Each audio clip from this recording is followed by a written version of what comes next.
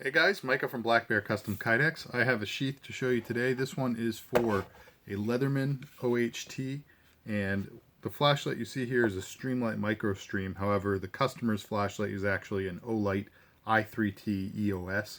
I did own one and I've lost it. I have no idea where it is, so I had to look up the specs on it and then just create a stand-in. This is something that I generally do not do, but I am familiar with the i3T EOS. And I know that there are no sort of strange or difficult tapers or contours to work with. So this should be a very straight ahead holder, and it should work with the diameter of his flashlight. Alright, so this one is a little bit different from what you normally see on my OHT designs, but the customer asked if I could create a secondary retention or locking mechanism. He has previously ordered from me, and it was one of the locking paramilitary 2 sheaths.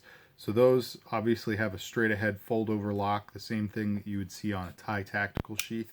And this one instead, I said I don't think that's really going to be possible for this particular setup.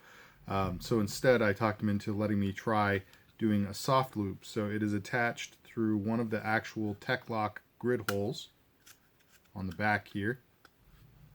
Can see right there, and that row of holes happens to be almost perfectly centered on the tool itself.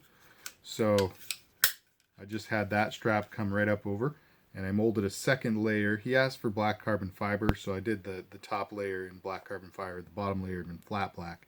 But basically it's just a pulled it out snap, and I made that little jut out so you can see the hardware poking through there in the back. Basically the jut out there is just to accommodate for that snap there. So this is something that I think I should probably offer if you guys are interested in having something like that on your multi-tool.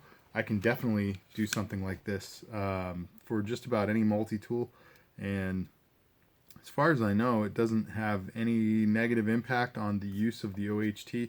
I personally don't like retention straps on, I hate it on, like, when I get a new knife and it comes with a leather sheath with the retention strap. I hate that strap because it always kind of gets in the way of the blade. On this thing, it stands up, and yes, it's kind of like in the general path of the OHT, but check it out. All you have to do is pop the snap and then just wedge your thumb in behind that. It obviously moves pretty freely, shouldn't be an issue, and then you can just pull your tool out. It still auto deploys when you want it to.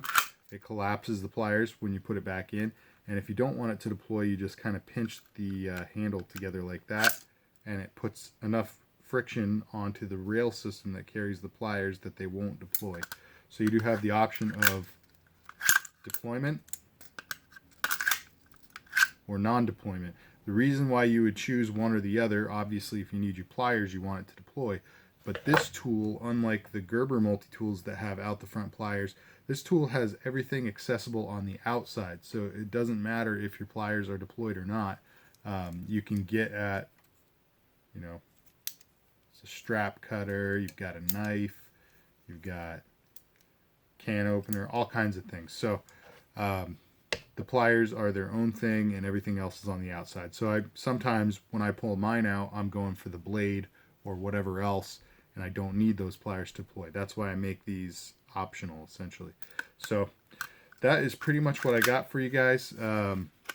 Obviously the flashlight has a nice smooth draw on here. The i3T EOS is roughly the same diameter as the Streamlight. I used a dowel that had the same diameter as, or slightly larger diameter as the i3T EOS, so his should work basically the same as what you're seeing here. So alright, that's what I got for you guys. If you like this sheath, if you like this video, hit that like button. If you like the channel, subscribe.